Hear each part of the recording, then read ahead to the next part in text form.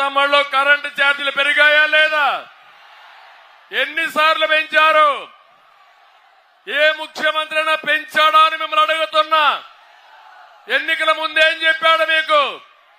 Current ఛార్జీలు పెంచరని చెప్పాడా లేదా అని అడుగుతున్నా మిమ్మల్ని. 9 సార్లు అంటే 200 రూపాయలు కరెంట్ ఇప్పుడు ఎంత తమ్ముళ్ళు మీకు? 1000 రూపాయలు అవునా కాదా అని అడుగుతున్నా. ఆర్టీసీ రేట్లు పెరిగాయా లేదా?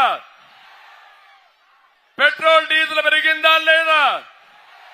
నిత్యావసర వస్తువుల ధరలు పెరిగాయా లేదా?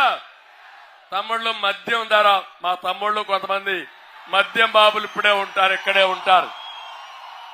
ఒక తమ్ముడైతే ప్లే కార్డు పెట్టుకొని చూపిస్తున్నాడు, సార్ మళ్ళా కూటమి వస్తానే నాణ్యత కలిగిన మద్యం ఇవ్వండి, మా ఆరోగ్యం పోతా ఉంది, ఈ జలగా మమ్మల్ని దోచేస్తున్నాడు, మమ్మల్ని ఆదుకోమని ఒక తమ్ముడు ఇప్పుడే చెప్పాడు. తమ్ముళ్ళు నేను అడుగుతున్న ఒక మాట, ఒకప్పుడు 60 రూపాయల మద్యం అవునా కాదా? ఇప్పుడెంత?